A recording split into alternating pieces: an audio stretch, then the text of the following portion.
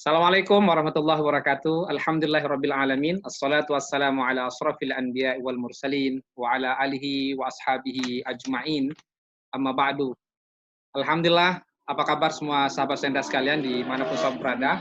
Alhamdulillah, ketemu kembali bersama saya Hendro Khalid di acara Ngobrol Bareng Tokoh Ekonomi Syariah Indonesia. Nah, acara ini bertujuan menginspirasi masyarakat untuk belajar ekonomi syariah dan untuk menerapkan ekonomi syariah dalam kehidupan sehari-hari. Semoga dengan menerapkan ekonomi syariah, mudah-mudahan mendapatkan kebahagiaan dunia dan akhirat. Alhamdulillah, hari ini ketemu kembali dengan tokoh ekonomi syariah. Nah, salah satu tokoh yang Ustaz Hendra ajak untuk ngobrol di hari ini adalah merupakan tokoh ekonomi syariah Indonesia yang luar biasa, guru Ustaz Hendra, karena lama sekali Ustaz Hendra belajar menemani menjadi asisten beliau mengajar ekonomi syariah di UIN, di Ahmad Dahlan dan Proba Kampus. Nah, alhamdulillah sudah ada bersama kita di ujung sana Guru Sendra Pak Dr. Haji Anwar Abbas MM MAG, dosen, ulama, ahli ekonomi Islam. Beliau merupakan Sekretaris Jenderal Majelis Ulama Indonesia MUI periode 2015-2020. Dan beliau juga merupakan salah satu ketua ya, pengurus pusat Muhammadiyah periode 2015-2020. Assalamualaikum Buya, apa kabar? Sehat? Waalaikumsalam. Alhamdulillah Mas Hendra, terima kasih. Mudah-mudahan Buya sehat selalu ya. Lama nggak jumpa Buya. Amin ya, sudah lama ya. Saya dengan Buya ini luar biasa, sama-sama Sumatera. Buya ini lahir di Gugua 50 Koto, Sumatera Barat, 15 Februari 1955. Betul Buya ya? Jadi luar biasa. Ya, dari Buya saya banyak belajar tentang filosofi dasar ekonomi Islam, karena dulu menjadi asisten Buya di Fakultas Syariah dan Ekonomi Islam UIN Saifullah Jakarta. Buya, nah kalau boleh bertanya Buya, apa sih kegiatan ekonomi yang Buya lakukan, ekonomi syariah saat ini Buya? Ya, kalau kita bicara ekonomi itu ya, dia punya banyak perspektif ya. Yang pertama adalah ekonomi sebagai activity. Yang kedua, ekonomi sebagai ilmu. Yang ketiga, ekonomi sebagai sistem. Dan yang keempat, ekonomi dilihat dari perspektif histori, sejarah. Nah, kalau yang Mas Hendra tanya tadi, kayaknya itu adalah ekonomi sebagai activity ya. Yaitu ekonomi sebagai kegiatan yang kita lakukan dalam rangka memenuhi kebutuhan kita terhadap barang dan jasa. Ya kalau secara praktis saya tidak terlalu banyak terlibat di dalam ekonomi activity, saya lebih banyak bergerak dalam bidang ekonomi sebagai ilmu dan juga memberi perspektif dalam masalah terkait dengan ekonomi sebagai sebuah sistem dan juga mengkaji tentang sejarah pemikiran ekonomi Islam dan sejarah ekonomi Indonesia. Itu kira-kira banyak perspektifnya ya. Jadi kalau Mas Hendra tanya sama saya apa activity dalam bidang ekonomi secara langsung, mungkin yang saya pernah menjadi investor lah ya, investor tapi selalu gagal ya. Kenapa gagal? Karena kesimpulan saya adalah saya tidak terlalu mengerti tentang kegiatan ekonomi tersebut. Saya hanya mempercayakan saja kepada orang lain untuk mengerjakannya. Ya sehingga akhirnya ya rugi ya. Jadi dari situ saya punya kesimpulan kalau seandainya kita akan membuka usaha ya kita harus tahu betul lah core bisnis tersebut ya. Kita harus mencintainya sehingga kita tahu seluk-beluknya ya. Karena kita udah tahu seluk-beluknya ya kemungkinan untuk ditelikung oleh orang lain akan sangat kecil. Jadi luar biasa Buya. Artinya secara activity mungkin Buya tidak terlalu banyak, tapi luar biasa Buya secara keilmuan, ilmu ekonomi syariah secara Ada ilmu. juga activity sedikit ya. Saya punya punya usaha lah ya sedikit ya. Alhamdulillah Buya. Luar biasa Buya. Iya. Berarti empat ini komplit Buya ya. Activity juga ada, ilmu juga ada, sistem juga ada ya. Karena hari-hari ini saya lihat Buya luar biasa ini dengan sistem ekonomi Islam ini luar biasa ini. Dipersoalkan orang ya. Sering dipersoalkan orang, Pak Rabas banyak bicara ekonomi kok, tapi kok enggak membuat economic activity-nya mana gitu kan. Ya saya apa, Alhamdulillah, senang Buya. Senang Buya mendengarnya. Buya, kalau boleh tahu Buya, kapan Buya mulai tertarik belajar ekonomi syariah ini Buya? Sebenarnya saya ini by accident ya. Karena ketika saya kuliah S2, saya ini memilih prodinya yaitu sejarah kebudayaan Islam. Sejarah itu ya. Tetapi sekretaris prodi itu menempatkan saya di ekonomi syariah, ekonomi Islam. Saya protes, tapi sekretaris prodinya tidak mau mendengarkan apa saya. Sehingga terpaksalah saya kuliah di prodi ekonomi syariah di tingkat S2 di Universitas Madya Jakarta. Oh. Ternyata apa namanya, Tuhan ya, Tuhan sudah menggariskan mungkin barangkali ya, lewat tangan orang ya nasib saya jadi berubah jadinya. Sehingga saya ya cemplung ke dalam ekonomi syariah ya. Dan juga saya terjun mendampingi ya beberapa perusahaan sebagai Dewan Pengawas Syariah. Jadi luar biasa Gitu. Buya. Artinya dari sesuatu yang tidak pernah direncanakan, tapi akhirnya Buya hari ini menjadi rujukan banyak murid, banyak ulama, terutama berkaitan dengan ekonomi syariah Buya. Luar biasa Buya. Nah Buya, pertanyaan berikutnya, apa pesan Buya untuk generasi milenial? Karena generasi milenial hari ini luar biasa yang mungkin minat bacanya agak sedikit, lebih banyak minat menonton video dan berbagai macamnya. Apa pesan Buya bagi generasi milenial atau masyarakat yang sedang atau mau belajar ekonomi syariah, Buya? Ya, jadi kesimpulan saya ya, semakin maju dunia ini dan semakin maju kehidupan ekonomi ini ya, semakin tampaklah oleh kita ketidakadilan ya, di mana apa namanya pemilik modal dan pemilik kapital ya tampak oleh kita betul-betul menjadi apa ya, betul-betul menjadi manusia yang tidak punya hati nurani ya. Beberapa waktu yang lalu salah seorang investor kelas kakap dunia ketika dia ditanya tentang apa tindakan-tindakan yang sudah dia lakukan dalam bidang ekonomi di beberapa negara gitu. Lalu si pewawancara menyatakan Anda telah dianggap oleh orang di negara-negara tersebut sebagai biang kerok gitu. Yang sangat mengejutkan saya adalah dia bilang begini, saya ini adalah pengusaha dan saya ini hanya memikirkan tentang duit dan saya tidak pernah memikirkan tentang dampak sosial dari perbuatan ekonomi yang saya lakukan. Gitu.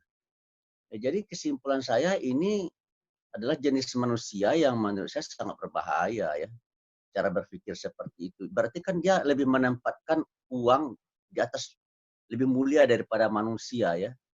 Dan kalau seandainya cara pandang seperti ini yang menguasai dunia atau yang menguasai sebuah negeri atau yang menguasai sebuah masyarakat ya, yang menurut saya ya akan terbentuklah sebuah kehidupan yang menurut saya sangat keras ya, yang menurut saya sangat kasar dan karena telah mendehumanisasikan kehidupan ekonomi itu sendiri. Karena sudah menjadikan uang segala-galanya ya. Bagi kita uang bukan segala-galanya. Meskipun kita tahu segala-galanya perlu uang, tapi uang bukanlah segala-galanya. Ya, karena bagi kita manusia jauh lebih terhormat dari uang itu sendiri, gitu ya. Dan kemudian manusia yang terhormat itu juga harus hormat kepada yang menciptakannya. Jadi manusia sebagai makhluk harus hormat kepada kholiknya. Oleh karena itu perilaku dan pandangan ekonominya haruslah perilaku dan pandang ekonomi yang kalau kita dalam Islam ya yang Qurani, yang sesuai dengan ajaran dan ketentuan Nabi Muhammad SAW. Nah, disinilah arti pentingnya kehadiran Islamic Economic itu.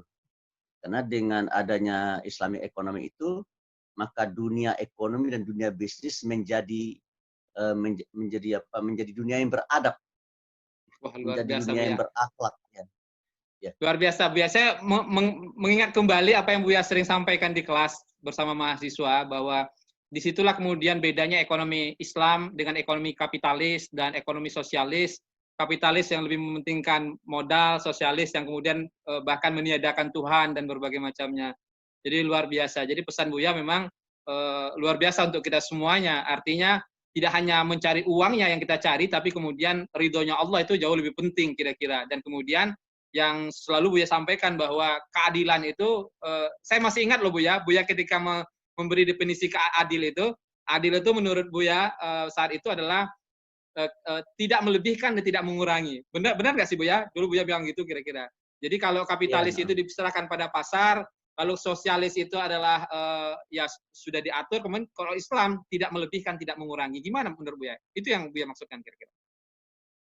Ya kalau bagi kita sesuatu itu akan dikatakan adil ya, kalau dia sesuai dengan ketentuan-ketentuan yang sudah digariskan oleh Allah. Sesuatu itu kita katakan adil kalau dia sudah sesuai dengan apa yang disampaikan oleh Rasulullah.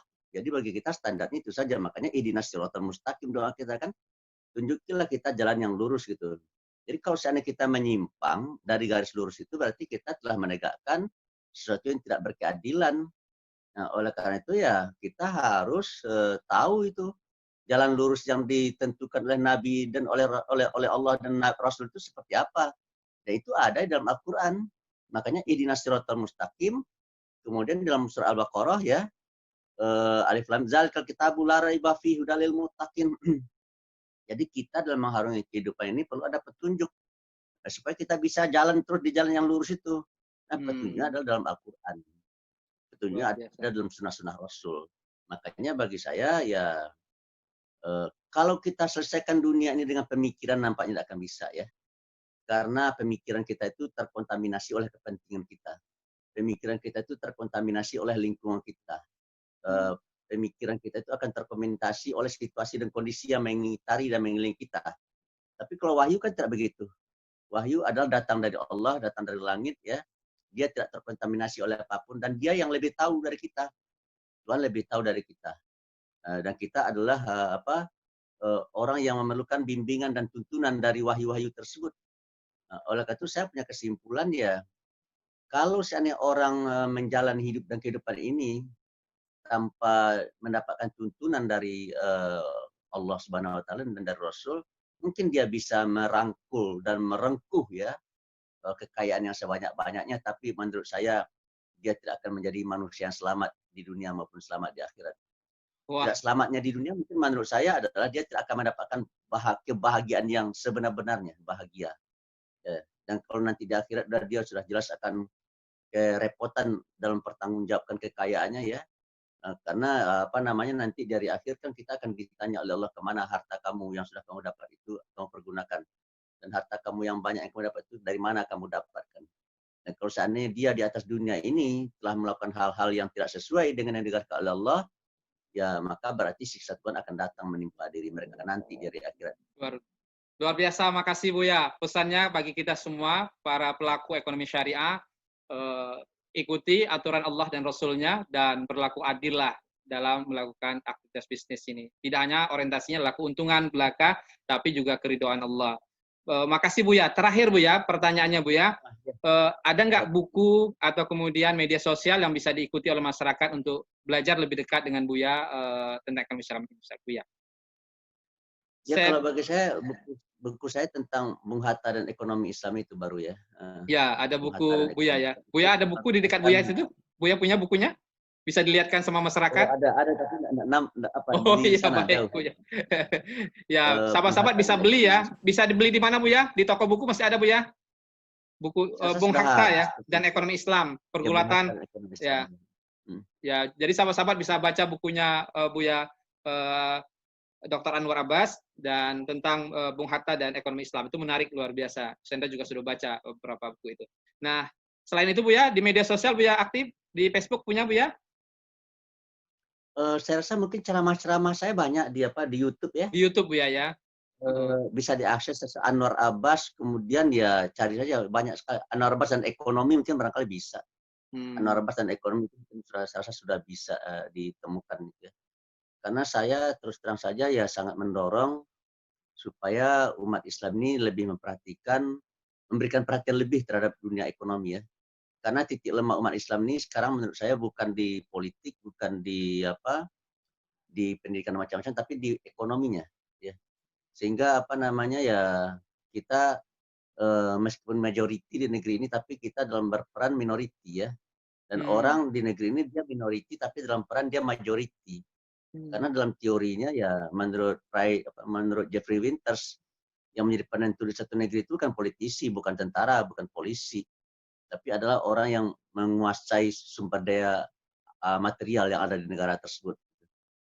Seperti di negeri kita misalkan yang sangat besar perannya adalah ya oligarki, kelompok-kelompok oligarki, itu konglomerat itu. Karena mereka bisa menguasai ekonomi dan mereka juga bisa menguasai politik, ya. Sehingga Jeffrey Winters terakhir menyatakan bahwa boleh dikatakan pemilihan yang ada di negeri ini, pemilihan apakah untuk legislatif atau eksekutif, ya, itu dibiayai oleh para oligarki. Dan kalau seandainya kita dibiayai untuk menjadi ini dan menjadi itu, maka kita akan menjadi kelompok orang yang akan terhimpit lidahnya, ya. Sehingga kita itu tidak bisa menjadi manusia mandiri, ya. Nah, oleh itu bagi saya Artinya pesan Buya, ekonominya harus kuat, masjidnya harus kuat, politiknya juga harus kuat, sehingga umat menjadi umat yang terdepan. Ada sebuah sepotong kata kalimat dari Ali bin Abi Thalib, ya. Ya'ti man syi'ta fa innaka amiruh was'al man syi'ta fa innaka asiruh. Jika engkau memberi kepada orang yang engkau kehendaki, ya, maka engkau akan bisa memerintah orang tersebut. Dan jika engkau minta-minta kepada orang yang engkau kehendaki, maka engkau akan jadi tawanannya. Jadi banyak politisi di negeri ini, banyak pemimpin di negeri ini, untuk bisa mendapatkan jabatan-jabatan yang dia inginkan, dia memerlukan bantuan dari orang lain, terutama dari para konglomerat, ya. Sehingga akhirnya apa yang terjadi, mereka diperintah-perintah oleh para konglomerat tersebut atau mereka menjadi tawanannya. Sehingga kebijakannya tidak lagi berorientasi kepada rakyat, ya. Kebijakannya berorientasi kepada memberikan pelayanan kepada yang telah membiayai dan modali keinginan dia untuk bisa tercapai. Itu yang jadi masalah. Oleh karena itu kita ingin membebaskan para pemimpin di negeri ini untuk tidak dikooptasi oleh para oligarki ini. Kita menginginkan lahirnya pemimpin-pemimpin yang bebas, ya, yang betul-betul berkomitmen untuk berbuat bagi rakyat dan membela rakyat. Selesai itu. Makasih Buya, luar biasa pesan Buya untuk kita semua, generasi milenial, generasi muda, masyarakat, untuk kemudian semangat belajar ekonomi syariah, dan tidak hanya semangat saja, tapi juga menerapkannya. Dan ya mudah-mudahan kalau bicara dengan Buya itu luar biasa, nggak lepas dari politik ekonomi. Jadi itu yang selalu saya senang dari Buya. Buya itu selalu ada kaitan politik dan ekonomi. Buya, kasih tahu dong Buya, perbedaan politik dan ekonomi. Buya kan sering bilang tuh kalau di kelas, perbedaan politik dan ekonomi. Tujuannya kan beda kira-kira. Coba Buya, terakhir Buya. Kalau politik ekonomi itu dia kegiatan politik, tapi mempengaruhi ekonomi. Seperti kebijakan-kebijakan yang dibuat oleh DPR itu mempengaruhi kegiatan ekonomi. Makanya kita ketika sedang berbicara tentang Omnibus Law, itu kan dibicarakan di DPR. Dan itu apa yang dilakukan oleh DPR itu kan kegiatan politik, ya. Nanti lahirlah keputusan berupa undang-undang. Dan undang-undang itu mengikat. Dan undang-undang itu ya kita cium baunya dari draft yang ada itu, ya, dari RUU yang ada itu, ya berpihaknya kepada pemilik kapital. Karena di dalam hal ini pemilik kapital jelas tidak akan tinggal diam. Mereka akan berinvestasi, ya, supaya nanti keluar rumusan-rumusan yang sesuai dengan keinginan mereka. Gitu. Jadi nanti ketika undang-undang RUU ini sudah menjadi undang-undang, dan mereka sudah punya dasar pijakan. Nah, dan ketika kita melihat mereka sudah berbuat, lalu apa yang mereka lakukan itu merugikan rakyat, ya, apa yang mereka lakukan itu kita lihat sebagai sesuatu yang tidak elok dan tidak enak menurut kita, ya. Dan kita katakan mereka telah melanggar hukum, melanggar keadilan. Mereka katakan saya tidak pernah melanggar hukum, saya berbuat sesuai dengan hukum, begitu. Karena hukum yang ada itu sudah mereka beli. Nah, di situ masalahnya. Jadi kebanyakan para pengusaha itu taat hukum. Cuma hukum yang sudah dibuat itu sudah sesuai dengan selera mereka. Nah, oleh karena itu ketika hukum itu masih berupa RUU, ya kita semestinya harus berjuang untuk mempengaruhi RUU itu supaya RUU itu berpihak kepada rakyat banyak, bukan kepada segelintir orang. Nah, itu kajiannya itu kajian politik ekonomi. Tapi juga ada kajian ekonomi politik. dia berupa kegiatan ekonomi, tetapi berdampak politik gitu. Misalkan seperti apa dulu kasus di Sidoarjo, itu kan salah seorang pengusaha kan berinvestasi ya di Sidoarjo yang lumpur lapindo itu kan adalah kegiatan ekonomi, tapi kan kemudian berdampak politik ya, sehingga akhirnya tokoh yang bersangkutan ketika ingin maju menjadi capres nggak bisa ya, karena sudah dibully oleh lawan-lawan politiknya. Nah, itu ekonomi yang berdampak dalam kehidupan politik. Dan Wah, menurut luar saya biasa, Bu ya ya. Hmm. kedua itu ya saling mempengaruhi, politik mempengaruhi ekonomi, ekonomi mempengaruhi politik. Wah, makasih Bu ya, luar biasa ilmunya Ya, untuk kita semuanya. Nggak terasa Bu ya, kita pinginnya 10 menit, sudah 20 menit loh Bu ya. Tapi nggak terasa. Jadi itulah ilmu, semakin digoyang terus buah itu pohonnya, buahnya semakin jatuh terus. Makasih Bu ya. Mudah-mudahan Bu ya, ya sehat dan sukses selalu bersama ya. keluarga. Pesan terakhir Bu ya untuk umat apa Bu ya? Ada pesan Bu ya? Kalau bagi saya pesan saya adalah ya Robert Kiyosaki ya menyatakan semua kita tahu bahwa uang itu penting ya, tetapi kita tidak pernah diajari bagaimana mencari uang yang baik dan benar. Semua kita merasakan bahwa uang itu penting, tapi kita tidak pernah diajari ya oleh sekolah kita, oleh kampus kita bagaimana mencari uang supaya kita dapat uang yang banyak, tapi baik dan benar caranya gitu. Selesai itu. Kalau seandainya ini bisa kita lakukan, maka insya Allah ya kehidupan ekonomi pribadi kita, keluarga kita, masyarakat kita, bangsa kita akan berubah. Dan kita insya Allah akan menjadi muzaki bukan mustahik ya. Luar biasa Bu ya. Dalam Al-Quran kan kita diperintahkan bayar zakat bukan mengambil zakat kan. Wah, keren Bu ya. Jadi luar biasa. Nah, pesannya salah satu pilihannya adalah ya dengan ekonomi syariah, ekonomi yang kemudian panduannya melalui yang langsung dari Allah dan Rasul-Nya. Sekali lagi makasih Bu ya. Mudah-mudahan ini bermanfaat untuk masyarakat untuk kemudian mau belajar ekonomi syariah dan menerapkan ekonomi syariah dalam kehidupan sehari-hari. Mudah-mudahan negeri ini menjadi negeri yang baldah, thayyibah wa rabbun ghafur, di mana para pemimpinnya taat pada Allah dan sayang pada kita semua rakyatnya. Sekali lagi makasih Bu ya. Dan makasih.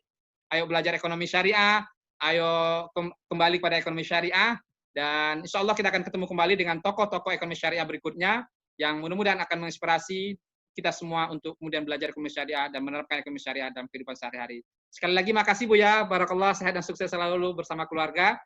Salam hangat dari saya Indra dan Buya Dr. Anwar Abbas. Sehat dan sukses selalu. Salam bisnis syariah, salam Al-Quran, salam sukses. Assalamualaikum warahmatullahi wabarakatuh.